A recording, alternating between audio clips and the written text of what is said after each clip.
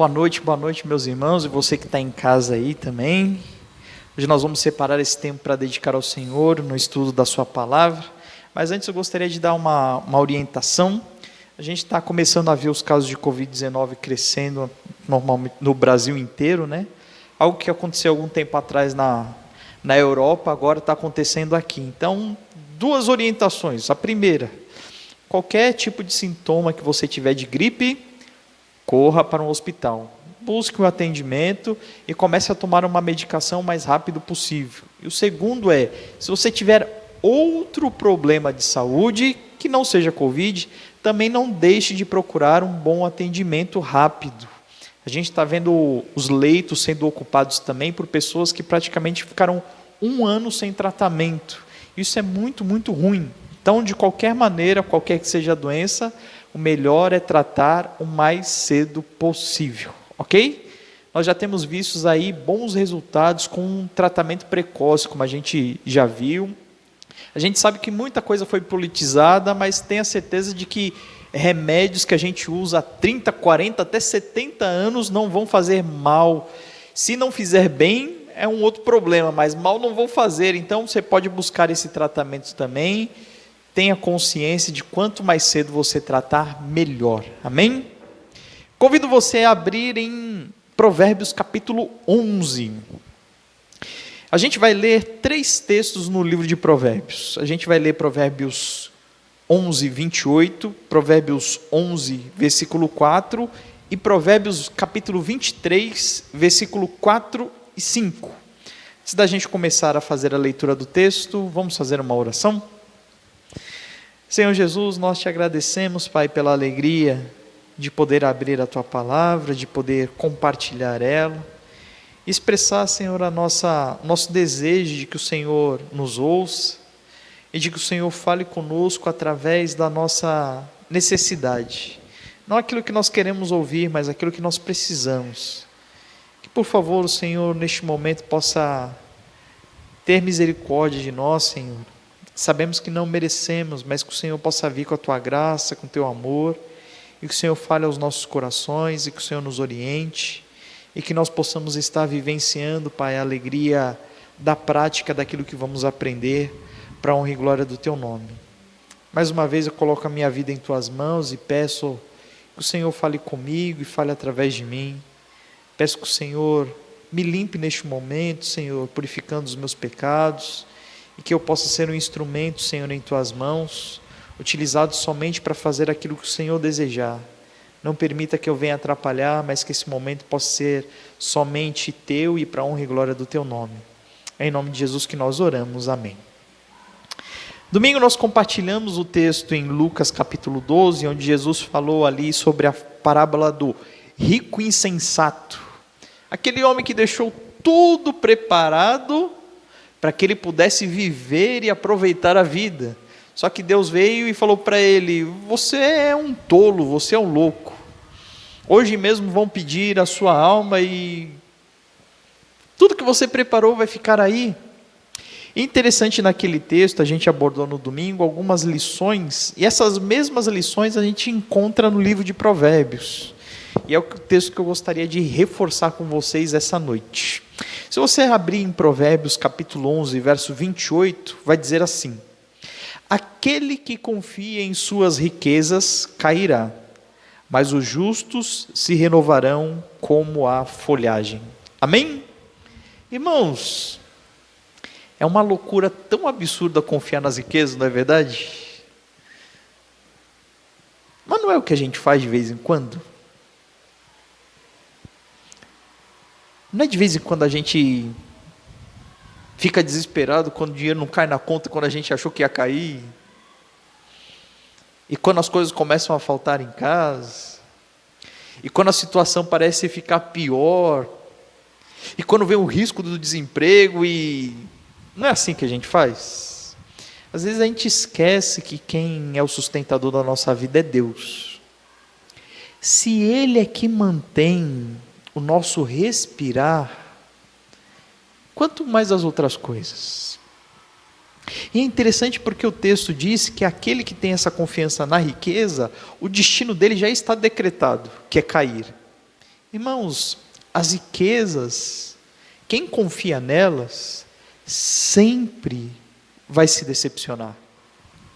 Aquele que está depositando toda a sua expectativa nas coisas deste mundo, nos bens materiais, vai cair, não tem jeito. Mas o texto ele traz um alerta importante e uma indicação de qual modo que Deus deseja que nós venhamos a viver. O texto diz: mas os justos são aqueles que vivem segundo a justiça, segundo aquilo que é certo, aquilo que é correto, aquilo que é verdadeiro.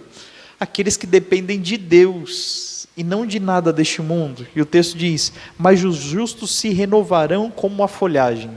O justo é aquele que a pessoa olha e diz assim: vixe, olha esse daí, confiou só em Deus, viu no que deu?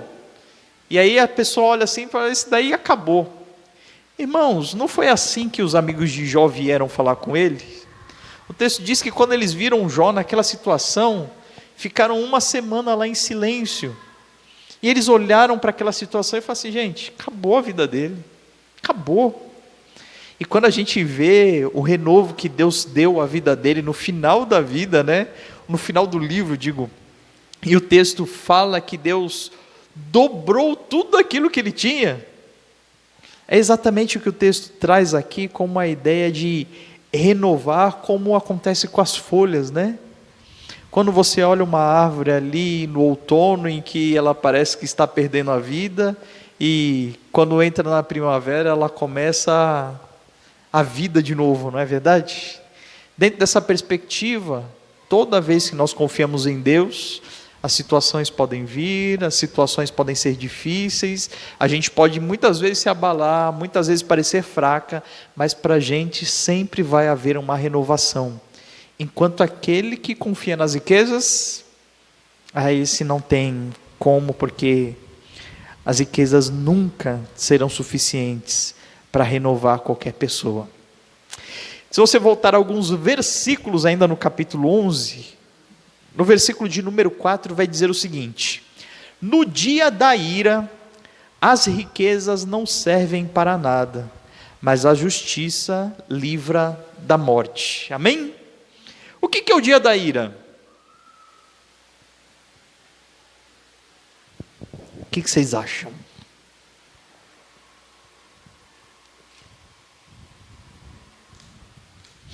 Às vezes quando a gente lê, parece que é o dia que a gente está nervoso, né? Não, mas aí não é essa ira, sabe, que o texto está falando. Dia do julgamento, exatamente, Verinha. A Bíblia, ela trata o dia do acerto de contas como esse dia fatídico, sabe? É chamado de dia do Senhor, como aqui o texto diz, o dia da ira. E o texto está falando que nesse dia, as riquezas deste mundo terão valor zero. Exatamente aquilo que Jesus falou na parábola. Um homem que era muito, muito rico, mas diante de Deus não tinha nada para oferecer, entende? É por isso que o texto ele diz assim: no dia da ira as riquezas não servem para nada. Irmãos, o texto ele não está dizendo que as riquezas nunca servem para nada. O texto está dizendo que as riquezas não servem no dia da ira, ok? Então o que isso quer dizer? Quer dizer que se você está preparando bens neste mundo para comparecer com eles na presença de Deus, esquece. Isso daí é loucura, como Jesus mesmo disse. Agora, se você aproveita e administra os seus bens, como a Bíblia orienta, para cuidar dos seus, para cuidar de si mesmo, para que você seja saudável, por exemplo, para dedicar ao Senhor a sua vida, para que você tenha com o que dividir aquilo que você tem, isso é bênção, irmãos, isso é bênção. As riquezas, elas têm uma limitação, e o texto ele está estipulando aqui: riquezas, elas só servem neste mundo, se forem bem utilizadas para a glória de Deus. Se você tem R$1, ou tem 1 milhão, não importa. O importante é se você vai usar o R$1 ou 1 milhão para a glória de Deus. O texto diz, assim como no versículo que a gente leu antes, faz a comparação dos dois lados, né? Mas a justiça livra da morte. Opa, aqui não está falando da nossa morte física, está falando da morte eterna, ok? E qual é a justiça que livra da morte? Existe um texto lá em Romanos que diz que o salário do pecado é a morte. Irmãos, vou contar um segredo, talvez você não saiba. Mas não existe outro pagamento pelo nosso pecado a não ser a morte. Sem derramamento de sangue não há remissão de pecados, não é isso? Irmãos, o resultado do nosso pecado é a morte. E só a morte é o pagamento justo pelo pecado. Como é que o texto diz que mas a justiça livra da morte, se o pagamento justo é a morte? Olha, a explicação está em Jesus Cristo, não é?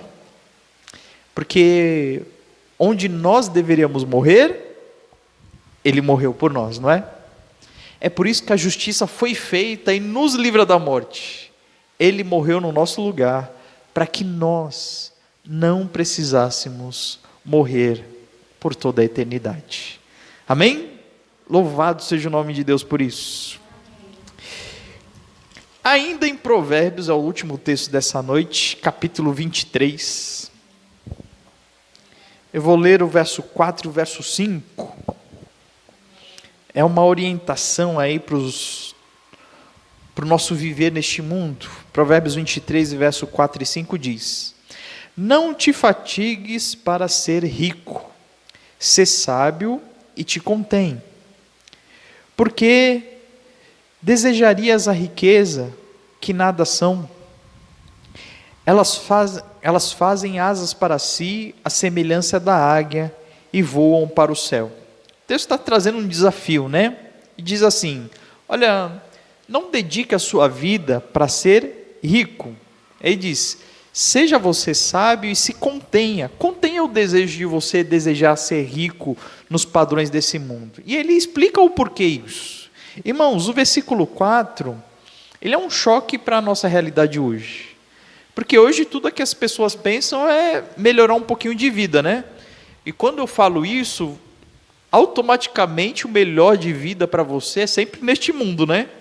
Enquanto a Bíblia diz que você precisa melhorar de vida lá e não aqui, não é verdade? Mas toda vez que a gente fala, não, precisamos melhorar um pouco de vida, pensamos nesse local aqui, não é? Nessa terra. Então, o texto está dizendo assim, olha, não faça isso. E quando ele diz, ser sábio, opa, ele está fazendo um contraponto. Ele está dizendo que tolo é quem busca riqueza, mas o sábio se contém nesse desejo. Exatamente por motivos que a gente já aprendeu agora há pouco. Que a riqueza ela é inútil, né? O versículo 5 ele diz, inútil com relação à vida eterna. O versículo 5 ele diz, por que desejarias a riqueza que nada são? O texto está falando sobre a profundidade da vida do homem, que não se baseia somente nas coisas deste mundo. Por isso que ele diz, a riqueza não vai produzir em você a saciedade, a alegria, coisas que só Deus pode trazer, não é verdade? Ele diz exatamente o que acontece com a riqueza quando a gente ajunta muito dela. O texto diz, elas, as riquezas, fazem asas para si e a semelhança da águia voam para o céu. E é muito interessante porque o texto aqui tem tudo a ver com aquilo que Jesus falou lá na parábola. O homem que tinha juntado um monte de riquezas, Deus chega para ele, chama ele de tolo e fala, hoje mesmo vão pedir a tua alma e tudo isso aqui que você tem preparado, celeiros cheios, uma quantidade enorme de bens, vai ficar para quem? O texto está dizendo, não se fatigues, né? Para ser rico.